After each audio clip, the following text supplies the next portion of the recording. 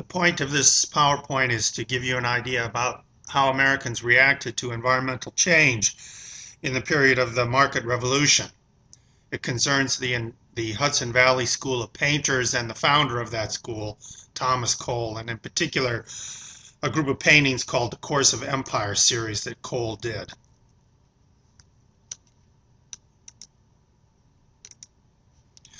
So here's an example, Martin Heed's thunderstorm in Narragansett Bay. We'll have occasion to come back to Martin Heed. The Hudson School prided themselves, and it lasted through much of the century, into the last quarter of the 19th century, although it began in the period that we're studying now. They prided themselves on the realistic dimensions of their paintings, really tried to paint nature as they found it. If you see these paintings close up, if you look very closely, it's almost impossible even to see the brushstrokes in the paintings. They wanted to eliminate any evidence of a subjective interpretation of nature and almost give a photographic before photography, a photographic image of the natural world. They were also trying to capture the sublime nature of the sublime quality of the natural world, to see God and the majesty of God and the awesomeness of his creation, to try to invoke a spiritual and religious feeling.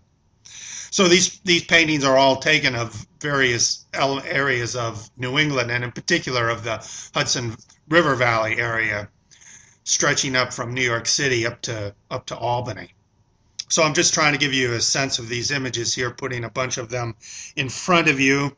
Some of them are identified by title and some are not. So here's a storm in the valley. You can see really tried to emphasize the majesty of the natural world, often depicting storms, but then also depicting these more pastoral scenes of calmness and harmony, with oneness with nature. So at this time, the Hudson River Valley had become a center of tourism, and Europeans almost always came to the area. New York City, residents of New York City and other places in the United States also often came to the Hudson River Valley to enjoy the splendors.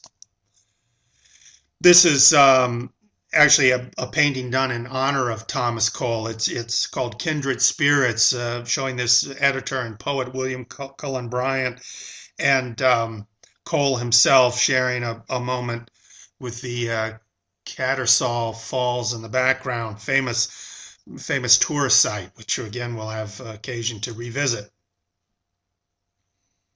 Hustings on Hastings. Reminiscences of the Catskill Mountains.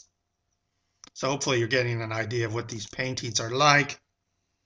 Catskill, that's the name of the mountains here up the Hudson River from New York City. The Catskill Cove. I'm not sure of the title of that one. So what's interesting about this is that actually the Hudson River Valley, stretching up to Albany, had become one of the most industrialized landscapes in all of the United States. The Market Revolution was going full blast here in the Hudson River Valley. So of course you don't see it in these images, do you? Right?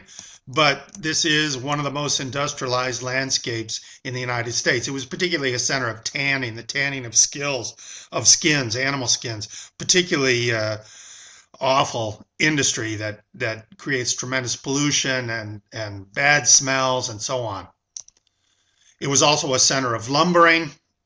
The forests of the upper Hudson River, no matter how you saw them in the paintings, have been clear-cut at least once, and in many cases several times over, by the 1830s and the 1840s. The area was also a center of brick making. So you think about New York City. New York City is built on the lumber and the bricks and the stone and the quarries of this Hudson River Valley. There's an interesting website here, Hudson Valley Ruins, by this guy, Rob Yasiniak. He's done really interesting work here. So that's on the bottom is a brickyard, and the top is obviously a tannery, leatherworking. This is unidentified. I don't know where it's from. It may or may not be from the Hudson River Valley, but it gives you a sense of the ugly industrial, intimidating, awesome in their own way, industrial landscapes that did not appear in the Hudson River Valley painters. So one more. This is more recent pollution here on the Hudson River. Perhaps you know that the Hudson is notorious for its PBC, do I have that right? PCBs, pollutions from the General Electric plant, and a multi-billion-dollar cleanup that is maybe underway, maybe not really so much underway.